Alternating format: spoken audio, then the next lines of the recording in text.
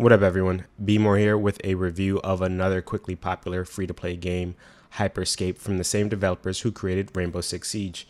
I've played about 20 hours or so of the game, which I think is a good amount of time to give you guys my review of the game.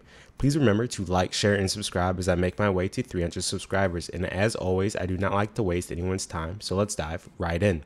Let me preface this by saying, yes, I'm calling these reviews because even though this game may be a tech test, drastic changes to the game are not to be expected.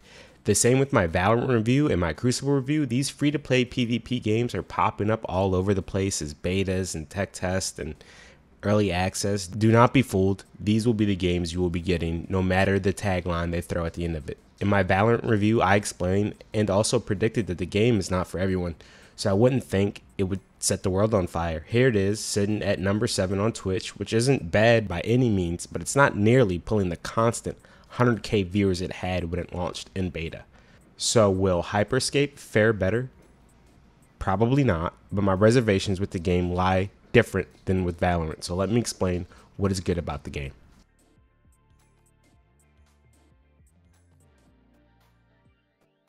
From the get-go, depending on the type of person you are, you will fall in love with the aesthetic and the soundtrack of the game. Pulling from a cyberpunk environment, you are on sensory overload as soon as you open the game up. In a market where Battle Royale is covered in a lot of areas, from Fortnite to Apex and even Call of Duty, Call of Duty is an example of how Battle Royales can still be immensely popular in today's times. I think there is a market for Hyperscape, which is fine because it capitalizes on what it does well. The presentation of the game is above average, of course, with the soundtrack and colors being the highlight of Hyperscape for myself. The animation for switching weapons and doing abilities are also pretty top notch, make you feel slick when pulling off kills. Outside of some feedback sounds on guns, I think the presentation provides a casino-like euphoria that free-to-play games need in order to provide the player base to keep returning. Game flow. From the get-go, when you launch, you fall right in love with everything and you forget that you've been playing Battle Royales for what it seems like a decade. Once you land, you first move and pick up your abilities, otherwise known as hacks in Hyperscape. I enjoy this feature because you're never locked into a hero or character when you drop down. I think this is a nice change, and if planned right, you can hot swap abilities, which are a good strategy when presented with the opportunity. Once you pick up your hacks, your AKA abilities, you will also be picking up your weapons of choice. From explosions to sniper rifles, the game has every choice of weapons you would expect from current first-person shooters on the market. The upgrade system is also worth noting. It makes duplicate weapons and abilities worthwhile when you find them in the open world. Stacking them on top of one another until you have the max version of said abilities and weapons means you can max proficiency in a short while depending on what weapons and abilities you're looking for. The upgrade system in this game is pretty good, and with some tweaks I can see it being the preferred method in most battle royales. During the match, you will get gameplay changing events that are determined by Twitch viewers or AI that will, for a period of time, give you gameplay boosters and gameplay changers like low gravity, infinite ammo, or health packs spread across the map. These are fun and can lead to some pretty fun moments. I had my girlfriend test how she felt when voting. Let me see. Hold on, hold it up real quick. Alright, what are you voting for? What are you gonna vote for? Let's go with infinite ammo event. Okay, good stuff. Infinite ammo. Alright. 100%.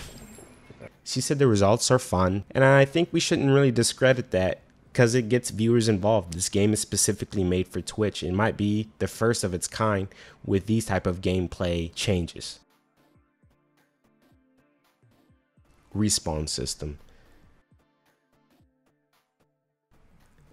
The game is fun to watch, so in that aspect, it's fun to get kills with all kinds of weapons.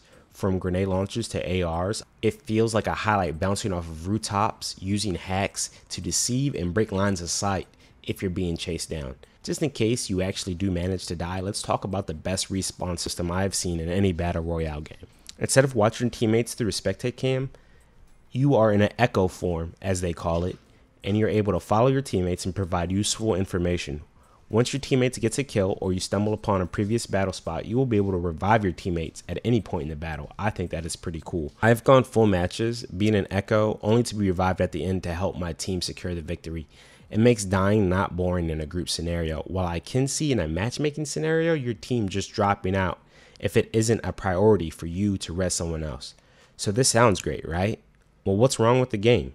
Well, let me tell you, as my reservations with the game hardly have anything really to do with the game.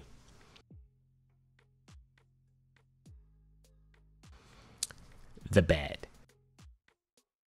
Call this review the perfect imposter because while the sum of its parts are really good, I do not know if the genre of arena style games will be enough to throw this game into the Overwatch or Valorant category in terms of Twitch viewership or just the sheer staying power of a Call of Duty or a Fortnite.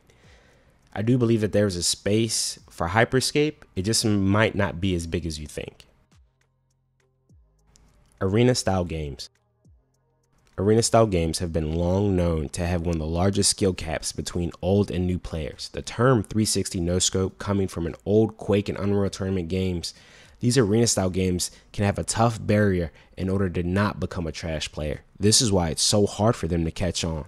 If history serves as any purpose, after a couple of months when the player base dies down a little bit, the difference between vets and new players will be rough unless they have a really good skill-based matchmaking system. Why new battle royales succeed is that the barrier for mediocre success is pretty small to overcome. In Hyperscape, with time to kill being so long, you could shoot someone for 2 to 3 minutes and not secure a kill. It will be something to watch for as arena style games are all but gone the way of the buffalo when it comes to the gaming landscape.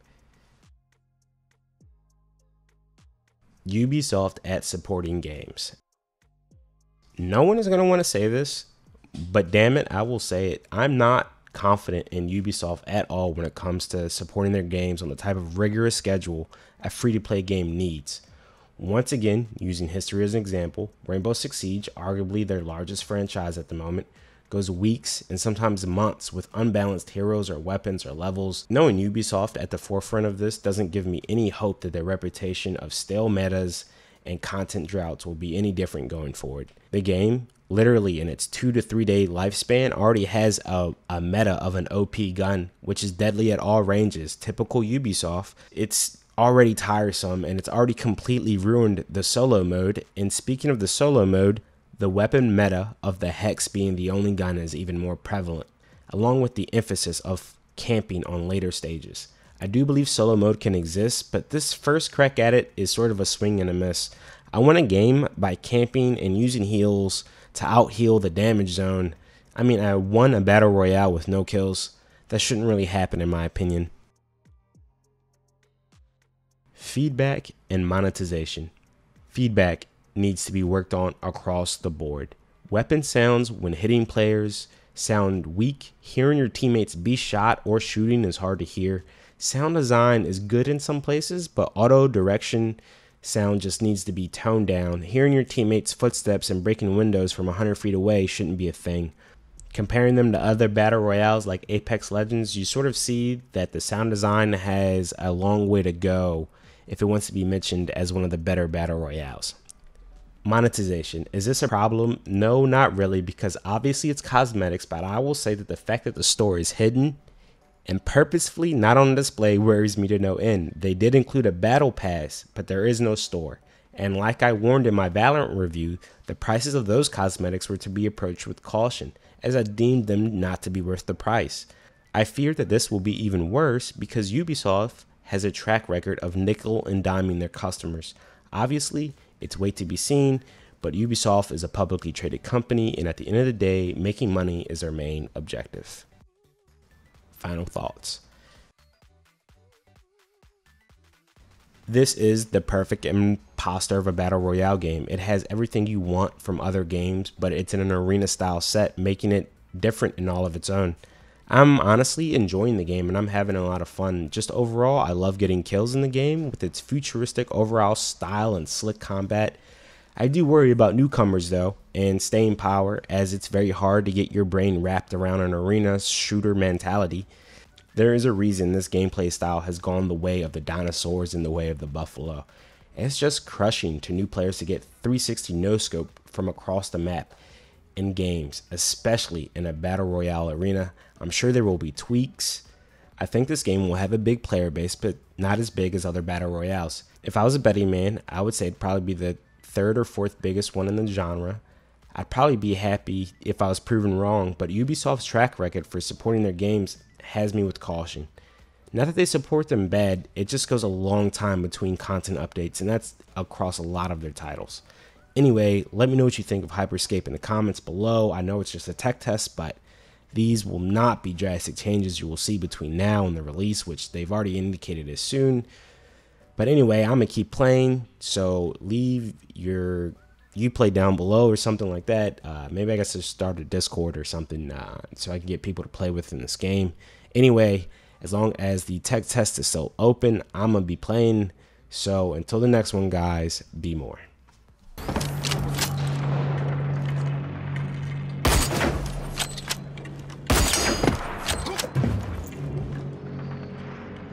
The low gravity event is ending.